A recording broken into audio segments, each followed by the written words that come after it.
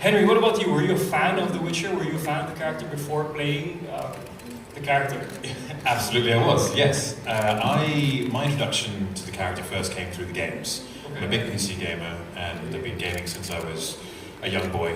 And then, after I met Lauren told me that there were a series of books, and I knew there was a series of books, but I just assumed they were based upon what the games had created.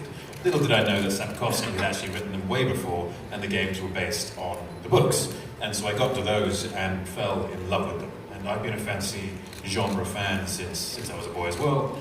And for me, it was just such a wonder to read something so new and a fresh take on the genre. Right. I mean, can I ask, how did you get the role? Did you audition for it? Did they pick you? How did that happen? Can I ask? Is that Go ahead. Okay. It was, I heard that Netflix were making it into a show, and I called my agents and I said, right guys, I want to at least get into the room here as early as possible and see if I can get this. This is really, really important to me. And they said, okay, cool, great. And then I didn't hear anything back for a week. And so I called them that week and said, have you done anything yet? And they said, no, we put a call to Netflix. And I was like, yeah, but have you heard back? And they went, well, yes, we have. And there's nothing going on yet. I was like, well, keep on calling until you find out what's going on. And don't stop calling. And so I called them back every 3 days and said, have you spoken to them again? And they said, yeah, okay, well, we'll call again, Henry. And they kept on with this. And eventually, when Lauren was ready to take meetings, they must have said, look, you've got to meet this guy, otherwise he's gonna turn up at the door and it'll be embarrassing.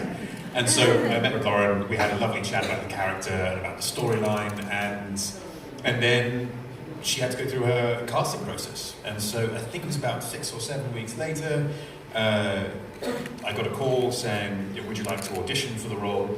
And I was on holiday at the time. I cancelled my holiday and we all flew into New York and we had an audition there, and the rest is history. Wow. Meant to be. Definitely meant to be. They all agree. For Henry, how did you prepare for the character? I mean, if you see the series, you look different, you have long hair, you're just different, right? Very in character. How did you prepare for that? The preparation for me, for Geralt, was a little bit inbuilt.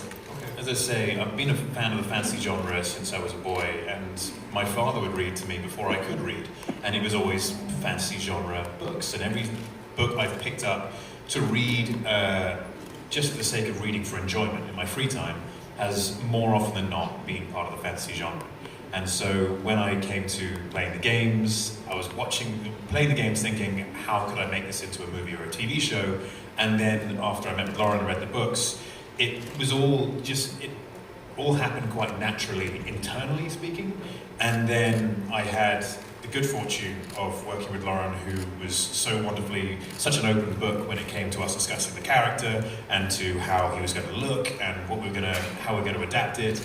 And when we eventually got me in the chair and Jackie Rathor and Ava Lamas, the girls in charge of actually making me look like Geralt, did such an incredible job that what I hadn't done preparation-wise, or what I couldn't do preparation-wise, was finished off in that 2-hour process every morning. And I'm incredibly thankful to those ladies for doing such a hard job, not just every day, but every night as well. They took their work home with them. And Jackie made sure that wig was looking perfect. There were 3 wigs, and they all went through different processes, and she was having nightmares about it. Right, Jack? Where are you?